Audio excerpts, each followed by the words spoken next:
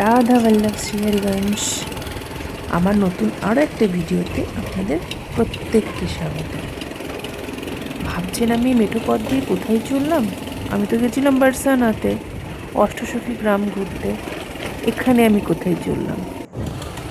এটা বর্ষানাতে, কিন্তু এটা হচ্ছে বারসানার একদম গ্রামের ভিতর দিয়ে মেঠো পথ ধরে আমরা যাচ্ছি। রাস্তাটা একটু খারাপ, কিন্তু এর ভিউটা অসাধারণ। মনে হচ্ছে না আমরা পুরো একদম গ্রামে চলে গেছি। হ্যাঁ, আমরা পুরো একদম বারসানার গ্রামেই চলে গেছি। এই গ্রামের মেঠো পথ ধরে আমরা চলে গেছি আমাদের পরবর্তী সখিজুর মন্দির দর্শনে, যেটা কারহালাতে অবস্থিত। আর কোন সখিজু? আমাদের চম্পকলতাজু। এই গ্রামের মেঠো পথ ধরে যেতে যেতে ভিউ দেখতে দেখতে এবং এত সুন্দর ওয়েদারটা ছিল, সব কিছু উপভোগ করতে করতে আমরা চলেছিলাম। চারিদিকে বলা যায় বারসানার মতো, বৃন্দাবনের মতো এত ভিড়, সমস্ত জায়গা ছেড়ে একদম কোলাহলমুক্ত, তার সঙ্গে এত সুন্দর ওয়েদার, আর তার সঙ্গে বাইক রাইড। এটা তো আরও মজাদার ছিল, আর আমাদের এই এক্সপিরিয়েন্সটাকে আরও সুন্দর বানিয়ে দিয়েছিল। ব্যাস, পৌঁছে গেছি আমরা কারহালাতে, বারসানা। এই মন্দিরটা এতটাই সুন্দর, মানে ভাষায় প্রকাশ করা যাবে না। আমরা চাইবো আপনি অবশ্যই, যদি কখনো বৃন্দাবনে আসেন, বারসানার অষ্টসখী গাঁওতে যদি আসেন, এই মন্দিরটা অবশ্যই দর্শন করবেন।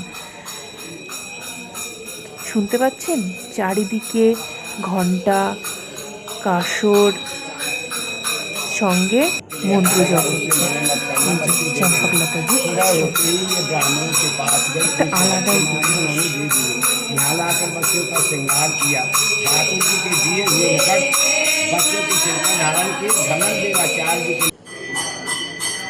চারিদিকে সব মেয়েরা মিলে সুন্দর গান করছিল, মানে সত্যি সুন্দর একটা পরিবেশ তৈরি হয়েছিল।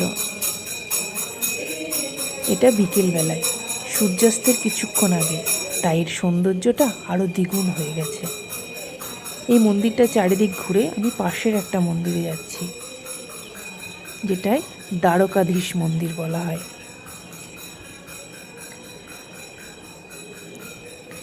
বিকেলের সূর্যাস্তের আগের রাঙা রোদ যেন মন্দিরটার সৌন্দর্য আরও বাড়িয়ে দিয়েছে।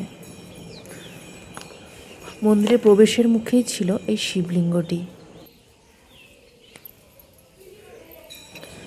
পড়ন্ত বিকেল, সূর্যাস্ত, আর সঙ্গে এরম একটা পরিবেশ, মন শান্ত করার, মন ভালো করে দেওয়ার জন্য আর কি চাই।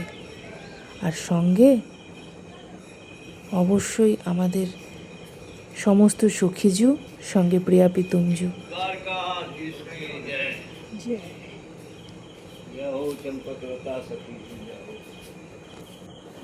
এই যে আমাদের দ্বারকাধীশ, সঙ্গে রুক্মিণীজি। সামনে আছেন দ্বারিকাধীশ, হনুমানজির মন্দির। হ্যাঁ,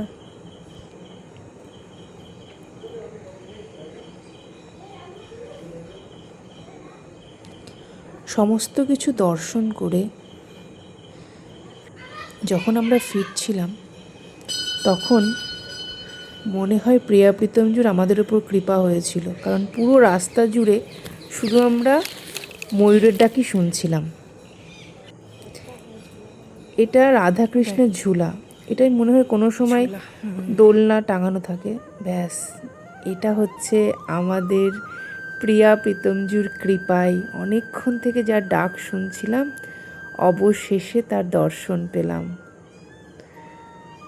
কাছ থেকে, এত কাছে থেকে এত অপূর্ব সুন্দর, আমি তো আর ক্যামেরা অন্য কোনো দিকে নিয়ে যেতে পারছিলাম না, শুধু ওনাকেই ফলো করছিলাম। আচ্ছা, এই গাছটাতে কিন্তু টিয়া পাখি ছিল, আমি যেটা আমার ক্যামেরায় ধরা পড়েনি।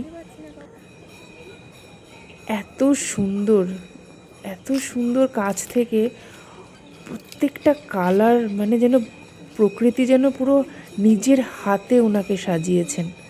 তাই তো উনি আমাদের প্রিয়া প্রীতমজির এত প্রিয়। ওখান থেকে আমার ক্যামেরা সরাতে ইচ্ছা করছিল না, দু চোখ ভরে দেখছিলাম এই ময়ূরটাকে। তারপরে ও নিজেই আমাদের নিয়ে গেল আর একটা সারপ্রাইজ দিতে। হ্যাঁ, ময়ূর আর ময়ূরী একসাথে। এই যাত্রায় এটা আমাদের সব থেকে বড় প্রাপ্তি। আজকে ভিডিওটা এইটুকুই রাখি। রাধে রাধে, সঙ্গে থাকবেন।